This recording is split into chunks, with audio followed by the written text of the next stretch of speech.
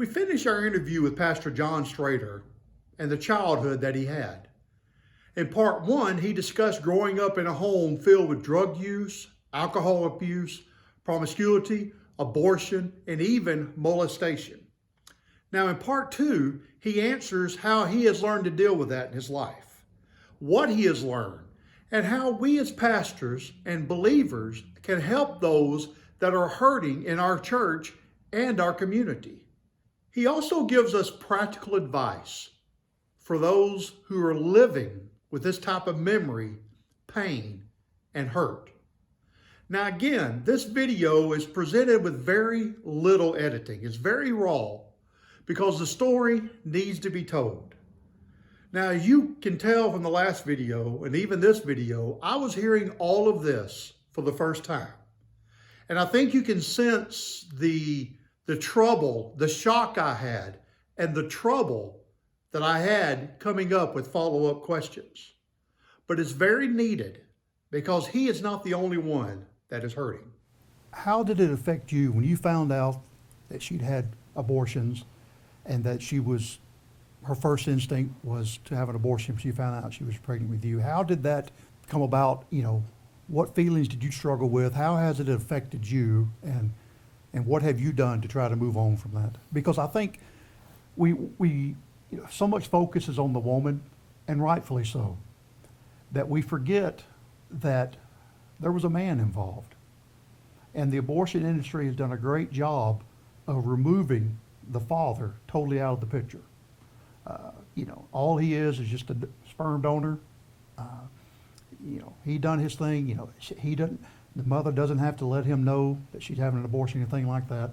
And so but we forget that, there are men that are hurt at this loss. And we forget that there are siblings that struggle as well, and grandparents as well. And so how did this, looking back, how did you perceive this and what went through your mind? How have you dealt with it? I think there were many different emotions that ran through my head right off the bat, but there was definitely bouts with anger and just confusion, not fully understanding why would she make that choice, or why would she not possibly want me, even to find out later that she even considered aborting me. And I definitely had to spend a lot of time with the Lord in this. Of course, dealing with being molested, I had to spend a lot of time with the Lord too. And so much so that there's often days when there'll come days when I get so bombarded by those thoughts and by those feelings, I have to deal with them. I can't go out that day. I need to stay back, and I'll even tell my wife I need to talk to the Lord. I need to be with Him. I need to work through those things because they come up. Those things, they don't go away completely. They're a part of who I am, and I have to work through those elements each time and give them to the Lord. Talk to Him, ask Him for grace, not only but also for forgiveness of any judgment that I might have upon another person, because I know I deserve judgment just as much as any other person in this world. And so, because when I was young, I judged my mom. I judged my dad for some of their bad decisions. And as I got older and became freer to make my own choices in life, I fell into a lot of the same pits that they did, whether it be drugs or running rebellious in my life. I ran from the Lord for years, and a lot of it had to do with my own heart and my own attitude towards them, because I hadn't yet dealt with that and forgiving them, dealing with those emotions. And so even when they pop up today, because they still do from time to time, I have to go straight to the Lord about it. Because if I let them sit and fester, it creates a spirit within me that often turns my heart away from the Lord. And I'm fortunate enough to have been given victory in that part of my life where I know when those feelings come, I can receive His victory again. Right. And that's definitely been necessary for me. I think that's one of the misconceptions that people have, is that when something like this happens, they can just, follow these steps and they'll be over it and it'll never affect them again. But, that damage was done early and that cut goes deep. And so it's something that, that's with pornography, that's with alcohol, drugs, Absolutely. adultery, anything like that. So it's something you have to be on guard about. And, and obviously communication with your spouse is Absolutely. a key, because Absolutely. you don't have to fight that battle alone. Absolutely. And I think that's the better or worse that your spouse, agrees to. I mean, you're in this together. I really appreciate her for that. Being able to have a person where I can share completely who I am, I never had that before, and I'm very grateful for that, because when those feelings come, and that you're right, exactly right, it's not just a magic wand and it disappears. You carry those things around with you in this body of flesh, and you will for your entire life. But how you deal with those things, and how you allow Jesus to deal with those things and deal with it with another person together, has really, really been an eye-opening experience that I wish more people could also experience. And the difficult part of it is it is a thing that did defeat me many times in my life, and if I'm not careful, even today, Sure. and it can defeat me again. So when it comes to all of those battles and things of that nature, when I don't deal with them, when I don't sit down and deal with it with the Lord, through it with my wife, I put myself in a place where to have victory it may not happen. So I can put myself in a position to allow the Lord to do His work, and I can also put myself in a position where I can set myself up for failure. Right. Every child is prone to wander, get away from the Lord, roam with the wrong crowd, even in the best Christian Sure. homes. But obviously, some children are more bent because of their home life. And so how has this made you a better husband, a better father? How are you striving to be a better, Yes. we never get there, better husband, Sure. better father, better pastor? Because obviously, you want a family that you didn't have. Yeah. And I think, I had a good family growing up, but, always want better. I think we always strive that. But how has this affected you and your marriage, your fatherhood, your ministry? So a lot of it, as I think about it and I've dealt with it and I've had those thoughts, if I could go back in time and change this, I also have the reality of things. I don't have a time machine that I can hop in and go back and change anything. But what I can do is take what I have and what I am and use it for God's glory. I can be able to minister to people who oftentimes are on the fringes, or oftentimes feeling like they don't belong. And I'm able to often deal with those things, listen to people, because that's a big part of Sure. it. Some people just want their story to be known. They need to confess it. The confession is a really big part of that. Getting it out of in here, where it does all of that damage. Right. And that's really part of even talking about these things. Being able to bring it out in the light, so the light can do its work and destroy that darkness. And when it comes to my life as a father, as a husband, first as a husband, I desire to be the kind of husband who doesn't put my wife in a situation where she would ever have to feel like this is an option, or whether it be abortion or anything like that. That I can be the protector and provider and be the person God made me to be as a husband. So it's a striving, it's a desire Right. in my life to be that, because I don't want for anyone else what I've gone through. Right. I don't want that. So it helps me have that heart, because a lot of it is that heart and desire for it when it comes to working as a husband and a wife, working together, when it comes to being a father and being there and active in your children's life. It's like, I want, as a child, one of my greatest desires and dreams was to be like a patriarch of a family, sitting at the head of a table, getting ready for a Thanksgiving meal, and you have kids. Norman Rockwell. Yeah, exactly. Yeah, The yeah. kids and the grandkids and everybody running around and having those moments that God really created us for.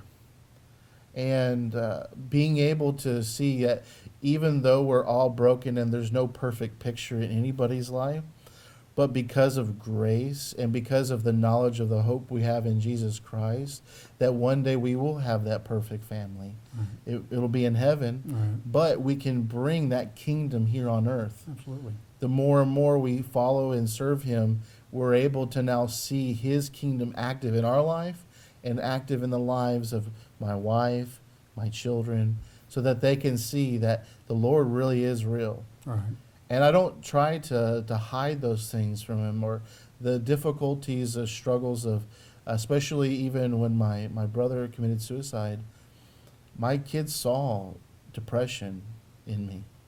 I was dealing with the feelings and emotions of losing a brother, and not knowing necessarily his eternity. Mm-hmm. And my children loved on me, and they also helped them to see their father as a real person, not just some person who goes to church, but who really has to deal with the Lord, really has to talk to him. And not only that, but talk to his wife. And we're very open together in front of our kids so that they can see all of how God works through our lives, because we want our children to see that God is real. Absolutely. And he's real in our lives when nobody's looking. And so that's definitely something that I'm thankful to God to have that family, that we can do that together. All right. So if you could, and you're going to, what advice would you give to pastors and church members, knowing statistics have said that 1 in 4 women in churches have had an abortion? Mm-hmm. So that tells me that in any congregation, at any time in the world, there is a lady sitting out there that's suffering in silence. Yeah. There is a lady out there that is contemplating ending her pregnancy. There is a man out there whose wife or girlfriend aborted their child, and he might have been okay with it or not. Knowing that this is a real problem and denying it won't make it go away. Yeah. Knowing there's a real problem, what advice would you give to pastors and churches on how to minister this? And also, what advice would you give those that are sitting out there in the pews and struggling with it? A big thing I would think is what James talks about, being slow to speak and quick to listen. A lot of times as ministers and as churches, we want to be real quick to give the answer to everything. And the truth is, we do have answers. God has given us answers for all matters of life. It's found in his word. But we have to have ears to hear the people's stories, because oftentimes people don't find the place where their story can be heard. And as I've spent time and ministered to people and discipled people, a big part of that is listening to people, because the story's there. If you spend any length of time with a person, you can find the real story. Absolutely. If you have ears to hear it, because it requires you not to be waiting just for your turn to speak, but it requires you actively listening, caring for that individual, no matter the situation or no matter what they tell you. And that can be very difficult. Never underestimate the power of just listening. Absolutely. Being there for them, because oftentimes they've never had someone to do that. Number one, most likely they've never talked to their parents about it, whether it be fear of shame or parents maybe being upset or whatever the feelings might be. But also when it comes to the possible spouse or a loved one, we're often afraid of opening up to our loved ones, sometimes more than anybody else. Sometimes it's finding somebody that maybe is not directly connected, whether it be a pastor or a licensed professional. And I would also caution Christians in thinking that you can deal with everybody's problems. Right. Yeah. I think that more and more we need to understand what a true Christian counselor is and allow that kind of work to happen in a place where people have been prepared and trained to handle things like this. Because I've seen more damage done by good intentioned Christians, not because of any bad desires, but because they're not ready and prepared to Right. handle that. So sometimes it's just having the name or the number of a good Christian counselor that they can send someone to. And if that person can't afford it, how about, that person or that church help subsidize that person going to someone like that? Seeing that as a real active part in dealing with these types of trauma and different issues. It's not just a physical issue, it's an emotional issue, it's a spiritual issue, and it's a mental issue that people deal with these things. It changes your biological, your mental makeup when you have an abortion, when you have trauma happen to you. So I would say be quick to listen, and then be cognizant of if there's a real issue, that someone with training and expertise to handle those issues will be the best type of person for that person to work those things through. All right. And for the person in the pew, For the person in the pew, prayer is always going to be your first and mightiest weapon. Because even for the disciples, there were things that came alongside and situations they came up to that they had no power over. And the darkness of this world is always active and always attacking and always going after people. And we need to know that there's going to be things that we come along in our life that we can't always have every answer for or be able to solve. But we need to be constant when it comes to prayer, seeking God's guidance, His wisdom. It's not just praying for the individual, but it's also praying for wisdom for yourself.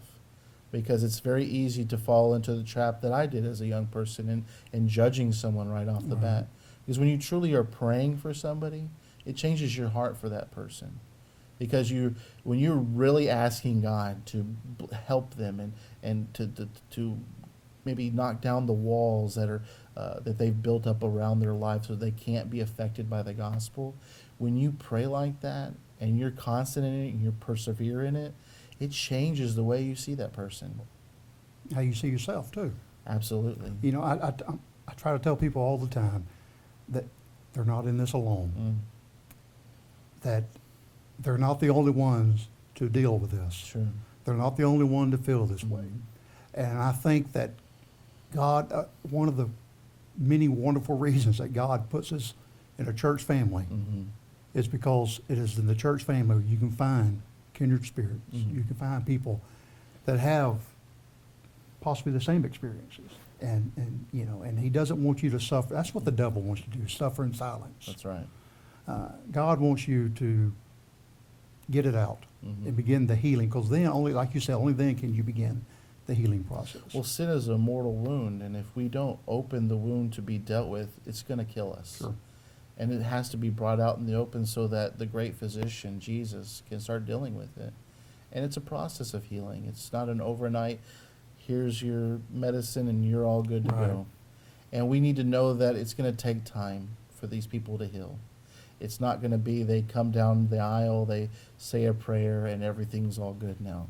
We need to know that it's going to take time of not just a one-time showing compassion, but it's going to take time and effort and prayer and multiple efforts of compassion from multiple people coming alongside of that person. And if you're dealing with it, don't become discouraged Yeah, when it doesn't all get better right away. absolutely. You have to stay at it. Well, I appreciate you sharing this with us. And like you, I hope that, our churches can hear this and understand that there is a problem. But we have the solution. We have the answer, and it's found in Jesus Christ. So I appreciate you doing this, and may Thank you. God bless you. I appreciate you. As you can see, John had a childhood that most of us can never begin to imagine. But he didn't let that define him. The memory will never go away. And there may still be pain that comes along with those memories. But through Christ, through forgiveness, and through Christian counseling, you can build your life on a solid foundation. Now, if you're struggling with the thoughts of abortion, with the memory of having an abortion, maybe a loved one had an abortion, contact me and let's talk. If I can't help you, I will gladly put you in contact with someone who can. Church, we can do a better job ministering to these people. We need to do better. Friend, let me say this. Whatever your childhood was like, whatever bad memories you have, whatever pain that you experienced that still is present in your life today, I want you to know that you don't have to suffer alone. You're not alone. God, in His infinite wisdom, has given us a church full of people from different walks of life and different experiences whose purpose should be to gather together for the forgiveness they find in Christ and the glory of lifting up His name for the joy and the peace and comfort that they have. Surround yourself with people. Seek out those who experience your same things. Listen to the counsel of your friends. There is hope, and it's found in Jesus Christ.